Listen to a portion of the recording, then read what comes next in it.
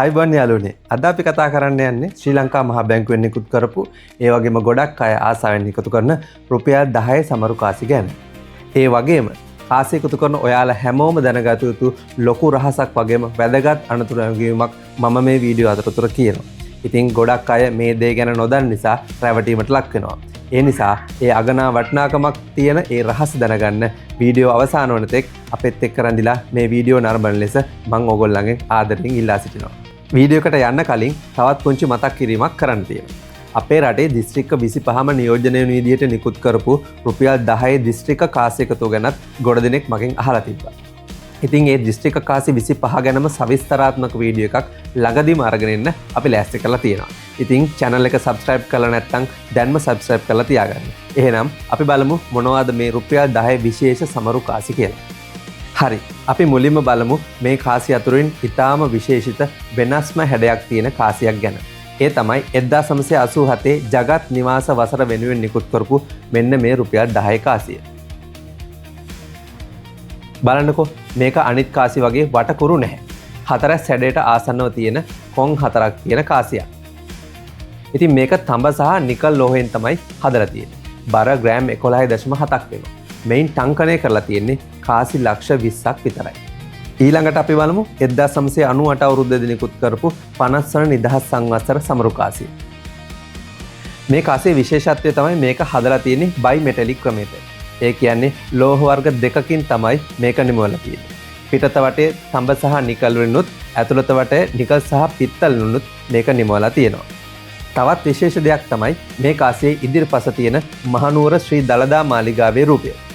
ඔයාලට මතකද මම මුලින් කිව්ව දිස්ත්‍රික්ක කාසි එකතුවේ තියෙන මහනුවර දිස්ත්‍රික්ක කාසියෙත් බලා ගන්න පුළුවන් වෙන්නේ අන්න ඒ දළදා මාලිගාවේ රූපයම තමයි. මේ නිදහස් සංවත්සර කාසි කෝටි 5ක්, ඒ කියන්නේ මිලියන 50ක් සංසරට නිකුත් වෙලා තියෙනවා. ඊළඟට අපිට හම්බෙන්නේ 2011 අවුරුද්දේදී නිකුත් කරපු 2600 වන සම්බුද්ධත්ව ජයන්ති සමරු කාසිය. මේක හදලා තියෙන්නේ පැති 11ක් තියෙන විදිහට. ඒ කියන්නේ හෙන් දෙකකින් හැඩයකින් යුක්තව තමයි මේක හදලා තියෙන්නේ. මේක නිකල් ආලේපිත වානේ කාසියක්.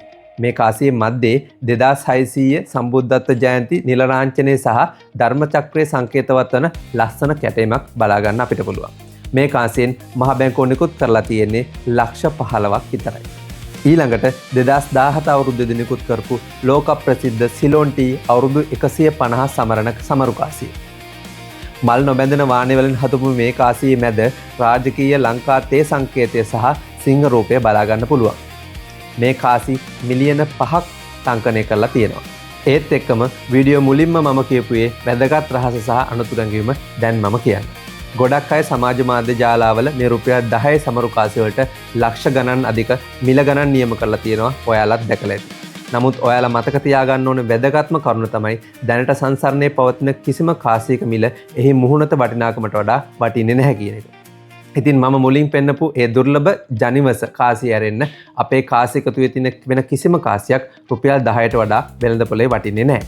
ඒ නිසා බොරු ප්‍රචාර වලට රැවටිලා මුදල් නාස්ති කරගන්න එපා.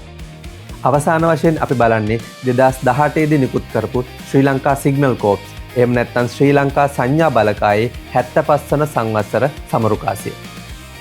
මල නොබැඳෙන වානේ වලින් තදින් නිමවපු මේ කාසියේ සංඥා බලකායේ නිල ලාංඡනය අපිට බලා ගන්න පුළුවන්. මේකෙනොත් කාසි ලක්ෂ 50ක් සංසරණයට නිකුත් කරලා තියෙනවා. බලන්න කොච්චර ලස්සන වගේම වටිනා ඉතිහාසයක්ද මේ පුංචි කාසියක ඇතුළේ තියෙන්නේ කියලා. ඔයාලගේ එකතුවේ මේ කියපු රුපියල් 10 සමරු කාසිය අතරින් මොනවද තියෙන්නේ? පහලින් කමෙන්ට් එකක් දාගෙන යන්න. වීඩියෝ එකට කැමති නම් ලයික් කරලා යාළුවන්ටත් බලන්න ෂෙයා කරන්න. ඊළඟට එන දිස්ත්‍රික්ක කාසි වීඩියෝ එකත් බලන්න channel එක subscribe කරන්න අමතක කරන්න එපා. ස්තුතියි.